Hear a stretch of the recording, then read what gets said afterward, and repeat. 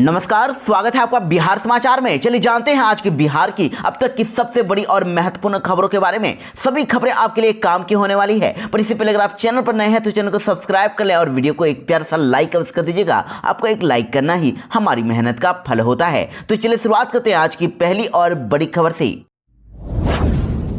Bihar police ने ले लिया एक बड़ा फैसला, अब बच्चे पर नहीं होगी एफआईआर। जी हां, देखिए बड़ी खबर आ रही है। बिहार पुलिस ने किशोर या किशोरी के सजा को लेकर अब नया दिशा निर्देश जारी कर दिया है। इसके तहत अब 7 साल से कम सजा वाले मामले में किसी भी तरह का कोई भी एफआईआर अब नहीं होगा। दरअसल बिहार पुलिस ने किशोर न्याय अधिनियम के अनुपालन के लिए नई गाइडलाइन जारी कर दी है। इसके अनुसार 7 साल से कम सजा वाले जितने भी अपराध हैं, इसमें 18 साल से कम उम्र के बच्चों के खिलाफ एफआईआर नहीं होगा, प्राथमिकी दर्ज नहीं की जाएगी। ऐसे मामलों की जानकारी बस थाने की स्टेशन डायरी में दर्ज की जाएगी। केवल जघन्य अपराधों में ही एफआईआर दर्ज किया जाएगा। और देखिए इसके अलावा अपराध अनुसंधान विभाग की ओर से जारी एसओपी में यह भी स्पष्ट कर दिया गया है कि कानून का उल्लंघन करने के आरोप में पकड़े गए बच्चों को पुलिस पकड़े जाने के स्पष्ट कारण और रिपोर्ट के साथ जुवेनाइल जस्टिस बोर्ड यानी जेजे बोर्ड के समक्ष प्रस्तुत करेगी। और इसके साथ ही बच्चों को लॉकअप में बिल्कुल भी नहीं रखा जाएगा, न ही हथकड़ी लगाई जाएगी।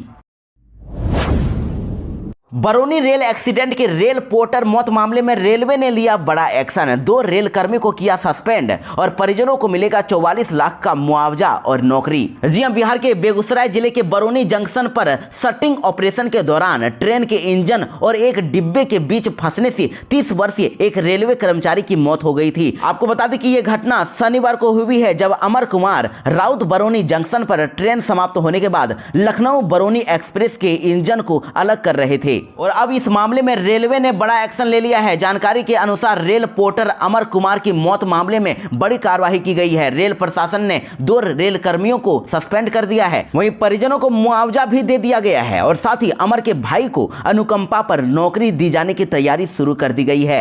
बताया जा रहा है कि डीआरएम की जांच रिपोर्ट में सामने आया है, खुलासा हुआ है कि एक गलत इशारे के कारण ही रेल पोर्टर अमर कुमार की मौत हो गई थी और रिपोर्ट में रेलकर्मी मोहम्मद सुलेमान को दोषी पाया गया था। मोहम्मद सुलेमान के गलत इशारे के कारण ही अमर कुमार की जान चली गई और जांच के बाद अब त्वरित कार्रवाई करते हुए मोहम्मद सुलेमान को और साथ ही लोको सेंटर राकेश रोशन को सस्पेंड कर दिया गया है। और जब तक घटना की पूरी जांच नहीं हो जाती है तब तक ये दोनों रेलकर्मी अभी सस्पेंड रहेंगे। बताया जा रहा है कि मुआवजे के रूप में परिजनों को विभिन्न मदों में 44,52,085 रुपए की राशि की भुगतान की कर दी गई है।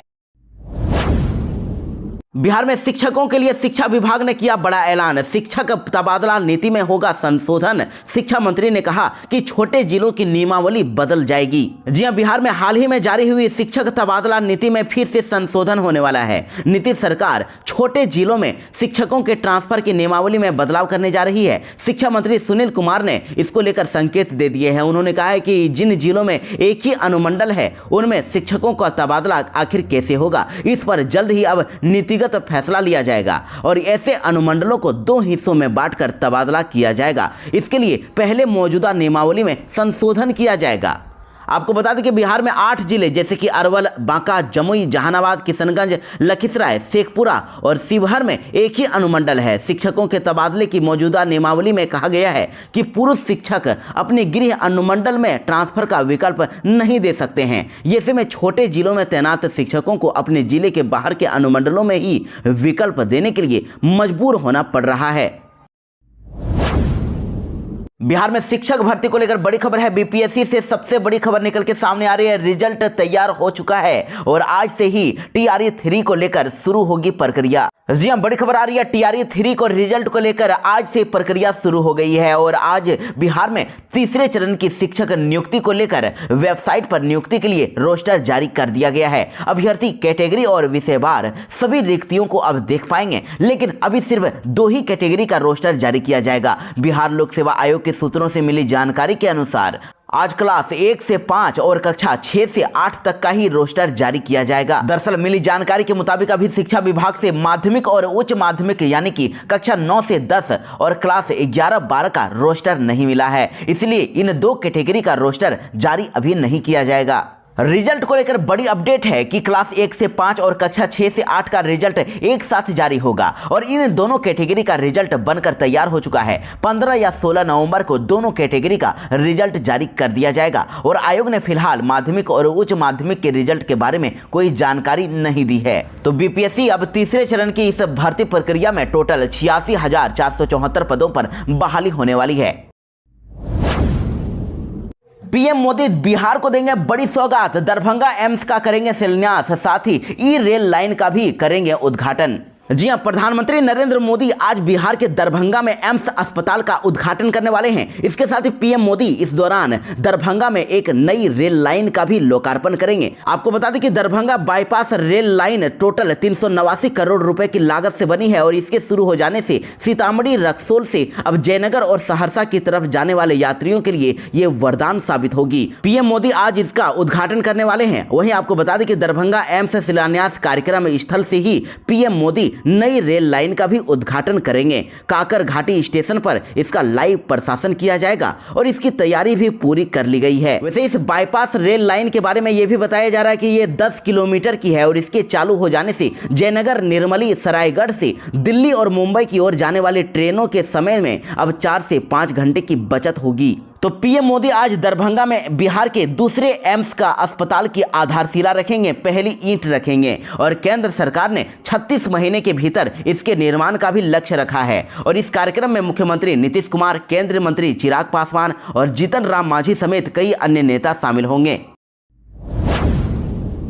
बिहार में प्रिंसिपल ने जारी कर दिया स्टूडेंट्स के लिए तालिबानी फरमान, कॉलेज में जींस पहनकर आने पर लगा दी रोक और 100 से अधिक छात्र छात्रा को परीक्षा देने से भी कर दिया वंचित। देखिए, बिहार के सिवान से एक अजीबोगरीब मामला सामने आया है। यहाँ एक कॉलेज के प्रिंसिपल के तालिबानी फरमान से सैकड़ों छात्र छात्रा का भविष्य ही अधर में लटक गया है। 100 से अधिक स्टूडेंट को सेंटअप परीक्षा से वंचित कर दिया गया, उनको परीक्षा नहीं देने दिया गया और जिसको लेकर कॉलेज के बाहर छात्र छात्राओं ने भारी बवाल कर दिया। और परीक्षा नहीं दिए जाने के बाद सिवान में इंटरमीडिएट सेंटअप की परीक्षा से वंचित छात्रों ने विद्यालय के मेन गेट पर जमकर हंगामा किया।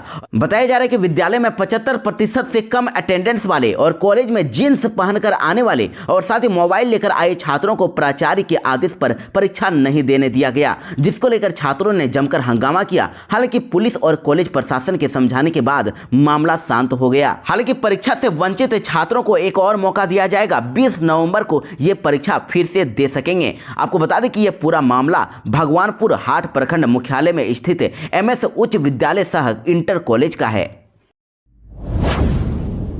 मुख्यमंत्री नीतीश कुमार ने बुलाई अहम बैठक, महंगाई भत्ते में हो सकती है बढ़ोतरी। जी हां, बिहार के मुख्यमंत्री नीतीश कुमार ने कैबिनेट की बैठक बुलाई है और इस कैबिनेट की बैठक के बाद युवाओं और सरकारी कर्मियों को बड़ी खुशखबरी मिलने की बात कही जा रही है। ये ऐसे में अनुमान लगाया जा रहा है कि मुख्यमंत्री इस कैबिनेट में रोजगार के एजेंडों और महंगाई भत्ता बढ़ाए जाने के प्रस्ताव पर मुहर लगा सकते हैं। देखिए, बिहार सरकार के कर्मचारी और पेंशन भोगियों को मुख्यमंत्री नीतीश कुमार इस कैबिनेट की बैठक में 3% डीए का तोहफा दे सकते हैं। 3% उनके महंगाई भत्ते को बढ़ाया जा सकता है। आपको बता दें कि केंद्र सरकार ने तो दिवाली से काफी पहले ही केंद्र कर्मचारियों को डीए दे दिया है, लेकिन अब नीतीश सरकार भी बिहार के कर्मचारियों और पेंशन भोगियों को डीए का तोहफा देने जा रही है। उनके डीए को 3% बढ़ाया जा सकता है। आपको बता दें कि बिहार में 11 लाख के करीब सरकारी कर्मचारी और पेंशनधारी हैं जिनको इस डीए का लाभ मिलेगा। वही कर्मचारी और पेंशन भोगी डीए का इंतजार भी कर रहे थे। तो मुख्यमंत्री नीतीश कुमार की इस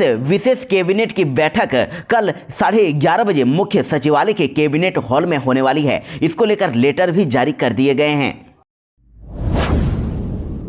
बिहार में ट्रक स्कॉर्पियो से 4 करोड़ की हुई गांजा जब्त, 6 तस्करों को किया गिरफ्तार। जी हां, बड़ी खबर ये मोतिहारी से आ रही है। मोतिहारी के पहाड़पुर में गांजा की बड़ी खेप के साथ 6 तस्कर पकड़े गए हैं। ट्रक और स्कॉर्पियो से गांजे की खेप को तस्कर डुमरिया घाट होकर उत्तर प्रदेश ले जा रहे थे और पहाड़पुर पुलिस को इसकी गुप्त सूचना मिली। इसके बाद पुलिस ने बेतिया अरेराज मुख्य मार्ग पर सघन वाहन जांच शुरू कर दी और इस जांच में बेतिया की तरफ से ट्रक और स्कॉर्पियो को रोककर पुलिस ने जांच पड़ताल की। दोनों गाड़ियों से 45 पैकेट गांजा बरामद हुआ है और इसका वजन 378 किलो गांजा है। वहीं अरेराज डीएसपी रंजन कुमार ने प्रेस वार्ता में इसकी जानकारी दी है। उन्होंने कहा कि गांजा के साथ 6 तस्कर भी पकड़े गए हैं। तो अंतर्राष्ट्रीय बाजार में इस जब्त किए गए गांजे की कीमत करीब 4 करोड़ रुपए बताई जा रही है। वैसे अभी तस्करों से काफी पूछताछ भी चल रही है।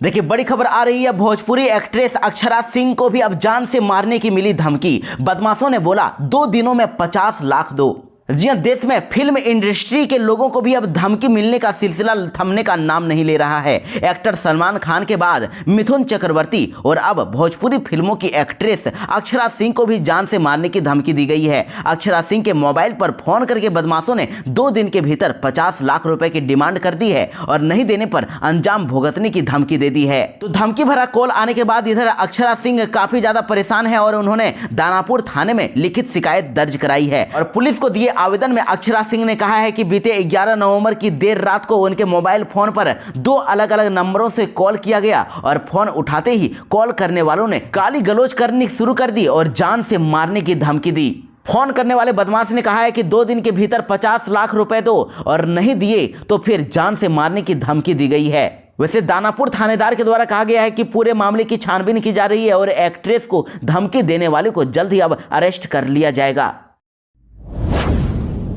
बिहार में भागलपुर वालों के लिए बड़ी खुशखबरी है। जल्द ही भागलपुर में बनेगा नया रेलवे स्टेशन, जगह हो गया है तय। जी हां, बिहार के भागलपुर वासियों को जल्द ही एक और बड़ी खुशखबरी मिलने वाली है। यहाँ के यात्रियों को अब एक नहीं बल्कि आसपास में भी 2 रेलवे स्टेशन मिलने वाला है। इससे रेल यात्रियों का सफर भी आसान हो जाएगा और दूसरे स्टेशन पर बोझ भी कम हो जाएगा। इसके साथ ही यात्रियों को कई अन्य तरह की भी यहाँ पर सुविधा प्रदान की जाएगी। हालांकि नए रेलवे स्टेशन से कुछ खास ट्रेनों का ही परिचालन होगा। दरअसल आपको बता दें कि वर्तमान के भागलपुर स्टेशन से अभी लगभग 4 किलोमीटर की दूरी पर चौधरी के पास एक नया railway terminal new Bhagalpur station बनने जा रहा है। इस टर्मिनल की डिटेल प्रोजेक्ट रिपोर्ट यानी डीपीआर रेल मंत्रालय को भी भेज दी गई है और अब जैसे ही इसकी मंजूरी मिलेगी उसके बाद कॉन्ट्रैक्ट और टेंडर की प्रक्रिया शुरू होगी। इसके बाद निर्माण कार्य में भी जल्द ही आरंभ हो जाएगा। बिहार में आज उपचुनाव होने वाले हैं। बिहार विधानसभा की 4 सीटों पर उपचुनाव हो रहा है और जिसको लेकर सभी तैयारियां पूरी कर ली गई है। जी हां, बिहार की 4 विधानसभा सीट तरारी, रामगढ़, बेलागंज और इमामगंज में आज उपचुनाव हो रही है और जिसको लेकर सभी तैयारियां भी पूरी कर ली गई है। और इधर गया की 2 विधानसभा सीटों पर होने वाले उपचुनाव को लेकर मतदान कर्मी ईवीएम के साथ मतदान केंद्रों के लिए रवाना भी हो गए हैं। और चुनाव को लेकर गया जिले के बेलागंज और इमामगंज विधानसभा में टोटल 648 मतदान केंद्र बनाए गए हैं, जहां लगभग 6.5 लाख मतदाता अपने मताधिकार का इस्तेमाल करेंगे, वोट देंगे। दोनों विधानसभा से 23 प्रत्याशी मैदान में हैं और इधर एएसपी पीएन साहू ने बताया है कि सुरक्षा को लेकर कड़े इंतजाम किए गए हैं। मतदान कर्मियों को नक्सल क्षेत्र के सुदूरवर्ती इलाके में ले जाने के लिए हेलीकॉप्टर का भी इस्तेमाल किया गया है। बिहार में पैक्स चुनाव को लेकर बड़ी खबर है। मतदाता सूची में आई बड़ी गड़बड़ी। 8 जिलों की 17 पंचायतों में पैक्स चुनाव अब अगले आदेश तक हुआ स्थगित। जी हां, देखिए बड़ी खबर आ रही है। बिहार में पैक्स चुनाव में मतदाता सूची में यानी कि वोटर लिस्ट में निरंतर विसंगति उजागर हो रही है। इसके कारण से बिहार राज्य निर्वाचन पदाधिकारी को संबंधित पैक्सों में चुनाव स्थगित करने का सख्त फैसला लेना पड़ रहा है। देखिए बताया जा रहा है कि वैशाली, बक्सर, गया, औरंगाबाद, शिवहर, सहरसा, पश्चिमी चंपारण और पूर्वी चंपारण जिले के 17 पैक्सों में अगले आदेश तक चुनाव स्थगित करने का आदेश दिया गया है। वैसे जानकारी के लिए आपको बता दें कि 26 नवंबर से लेकर 3 दिसंबर तक 5 चरणों में पैक्स चुनाव होने वाले हैं। बिहार में स्टूडेंट्स के लिए एक और बड़ी खबर आ रही है। नवोदय विद्यालय में कक्षा 9वीं और 11वीं में एडमिशन लेने के लिए आवेदन की डेट को और बढ़ा दिया गया है। जी हां, नवोदय विद्यालय समिति यानी कि एनवीएस ने शैक्षणिक वर्ष 2025-26 के लिए जवाहर नवोदय विद्यालयों यानी कि जीएनवी में 9वीं क्लास और 11वीं में नामांकन करने के लिए आयोजित होने वाले जनरल एंट्री सिलेक्शन टेस्ट या 2025 के लिए आवेदन की डेट को अब बढ़ा दिया है और अब उम्मीदवार 19 नवंबर तक आवेदन कर सकते हैं। तो आवेदन करने के लिए इच्छुक और योग्य उम्मीदवार वेबसाइट cbseitms.nic.in पर जाकर आवेदन कर सकते हैं। और यदि किसी उम्मीदवार को आवेदन पत्र में किसी प्रकार का सुधार करना हो तो इसके लिए एक सुधार विंडो भी खोली जाएगी। वैसे ये परीक्षा 8 फरवरी 2025 को आयोजित की जाएगी। झारखंड की चुनावी सभा में मिथुन चक्रवर्ती के साथ हो गया खेला।